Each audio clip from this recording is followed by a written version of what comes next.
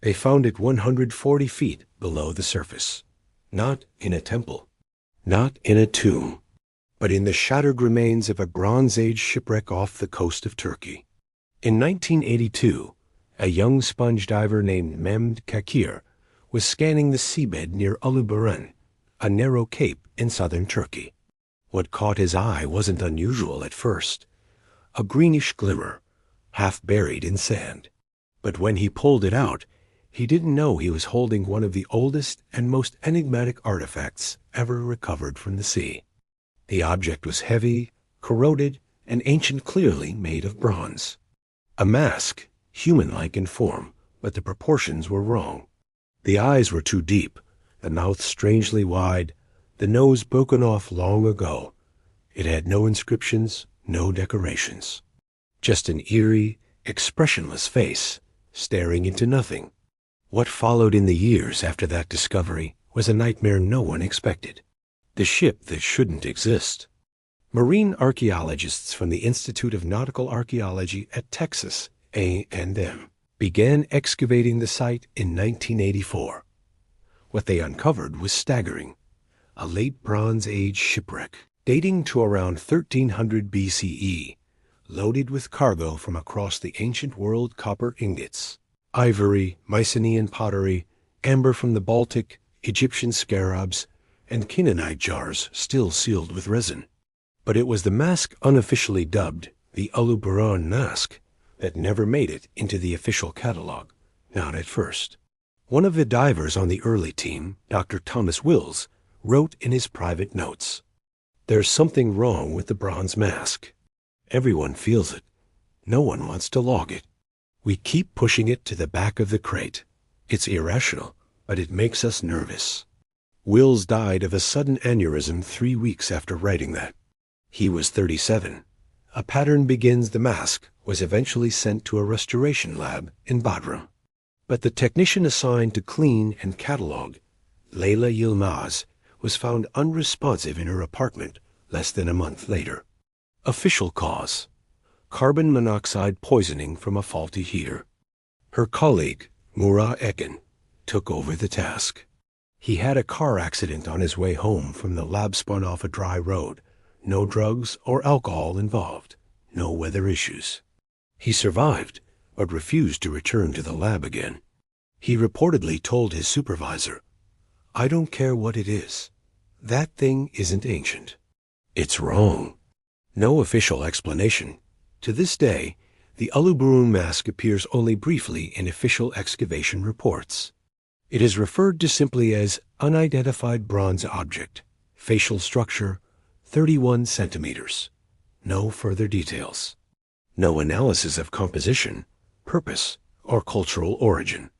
Independent researchers who tried to access the mask were denied.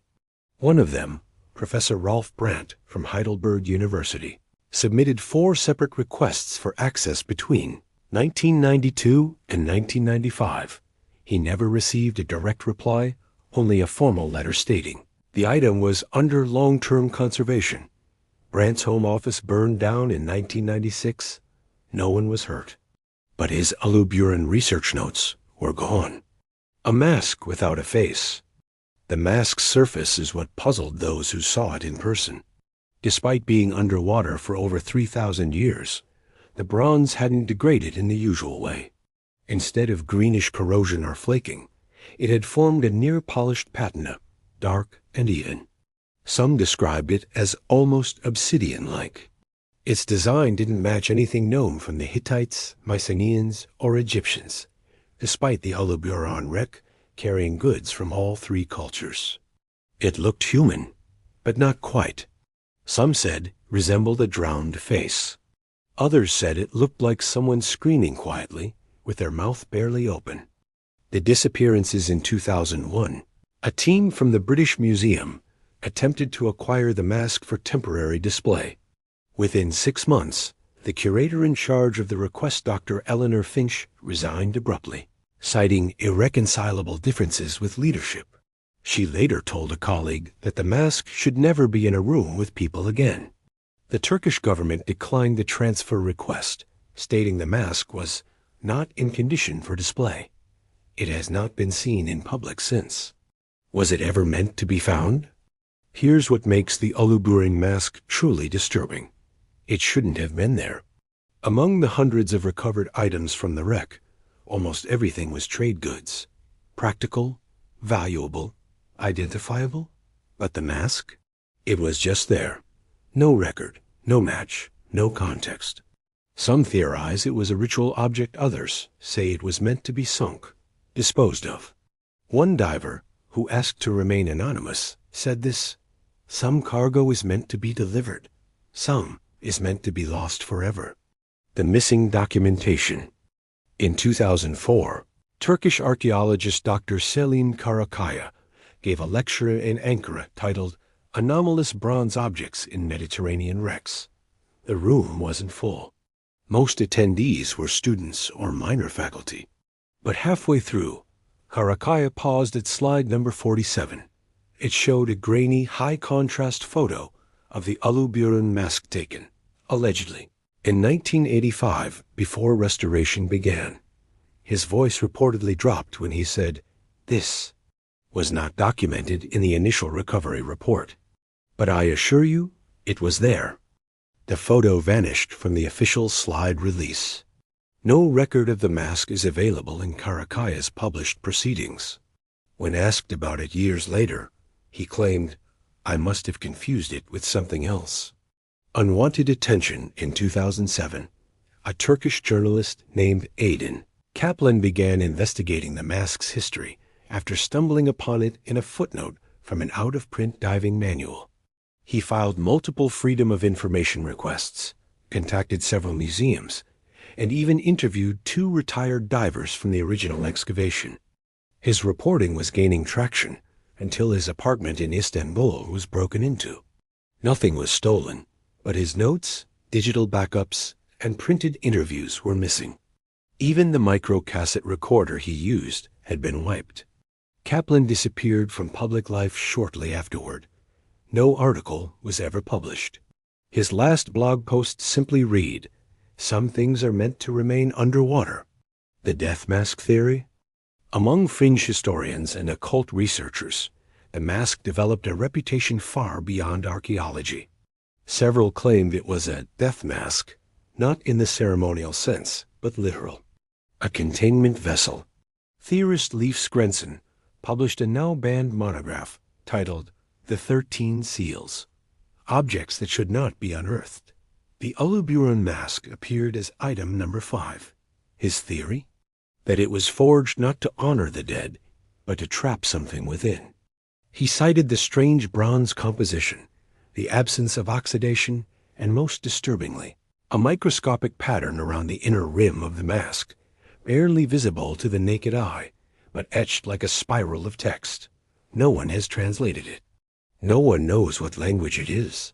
Skrenson himself was institutionalized in 2012, following what doctors described as a dissociative psychotic episode involving auditory hallucinations. He had reportedly been staring at an enlarged photo of the mask for over 72 hours straight. The Bodrum lockdown. In 2015, a blackout occurred at the Bodrum Museum of Underwater Archaeology. For exactly 7 hours, all CCTV feeds failed, and the internal security logs were wiped. The only room affected, the restricted vault. Rumors spread that the Uluburun Mask had been moved. A few staff members were reassigned shortly afterward. One anonymous technician told a forum under the username Amberwreck. They brought it back up. But it wasn't alone this time. The post was deleted within 24 hours. The account vanished. A mask without a mouth? One final anomaly.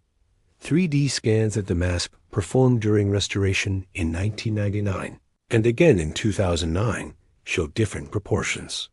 In the earlier scan, the mouth is almost sealed shut, just a faint line. In the later scan, the mouth is visibly open by several millimeters. Some claim this is due to temperature expansion, corrosion, or poor data capture. Others believe the mask is changing. One forensic modeler, brought in to compare scans, made the mistake of joking, Maybe it's starting to speak again. He reportedly left the lab that same day and never returned. The academic silence. As of today, no peer-reviewed article has ever been published about the Uluburun Mask. It remains classified in public archives as unverified bronze artifact, cultural affiliation unknown. It is not on display. It is not listed in Turkey's official heritage registry. And yet, multiple excavation reports available in academic circles show it clearly in photographs, sketches, and shipping logs. One private email, leaked in 2017 from a European university exchange, reads, "The mask is real, and every attempt to study it has ended. Poorly. What we know and what we refuse to acknowledge." Thousands of artifacts have been recovered from Bronze Age shipwrecks. Most of them are cataloged, analyzed, and displayed with pride. They fill the shelves of museums, enrich textbooks, and help us understand the flow of ancient trade and technology. But not this one. The Uluburun Mask is treated differently, not officially, but unmistakably. It's passed from hand to hand like something fragile and radioactive. Every researcher involved either distances themselves or disappears. Not always literally, but professionally. Ask archaeologists about the mask, and you'll get polite deflections. Ask divers, and you'll get silence. Ask the records, and you'll find gaps. Could it be psychological? Of course, there are rational explanations. Confirmation bias, mass suggestion, the power of suggestion working overtime on a superstitious mind, working long hours underwater, handling ancient remains, isolated from the surface. It's easy to get spooked. Many professionals who've worked with artifacts describe an uncanny sense of presence, even dread. So maybe that's all the mask is. A blank slate for fear. Maybe. But most objects don't erase slides or change shape. And most ancient relics don't come with sealed vaults and digital blackouts. The final transfer in 2018, without public notice, the Turkish Ministry of Culture authorized the movement of several sensitive artifacts to a new facility outside Ankara. Among them, according to an anonymous logistics employee, was a large bronze object matching the Uluburun Mask's description. It was reportedly placed in a custom-built containment case. Temperature stabilized, light sealed, RFID tagged, and GPS monitored. Since then, no mention of the mask has surfaced in public records, not even internal memos. It has gone dark, completely. Theories, whispers, warnings online, the legend has grown. Some believe the mask is cursed, like the Hope Diamond or Tutankhamun's tomb. Others think it was a failed magical experiment, an artifact designed to trap a god, a demon, or the soul of a tyrant. There are even those who think the mask isn't human at all, that it was copied from something else, an ancient visitor, a forgotten species, a warning disguised as art. But the most unsettling theory of all? That the mask isn't finished, that it's waiting for something or someone. The Diver's Journal in 2020. An unmarked package was delivered to a university archive in Izmir. Inside was a waterproof case containing a leather-bound notebook. The name etched on the front, Memd Kakir. Inside, among faded sketches of the wreck and hand-drawn maps, was a single line written across the last page. It wasn't asleep, just buried. No one knows if the journal is authentic. But handwriting analysts believe the signature matches official diving logs from the 1980s. Kakir has never spoken publicly about what he found that day. He lives in quiet retirement, refusing interviews. The weight of what we unearth. There's a dangerous arrogance in archaeology, this belief that the past exists for us to uncover, classify, and control. But some objects aren't lost, they're hidden. On purpose. And when we drag them back into the light, they bring shadows with them. The Uluburun Mask was supposed to sink, and maybe we were never supposed to pull it back.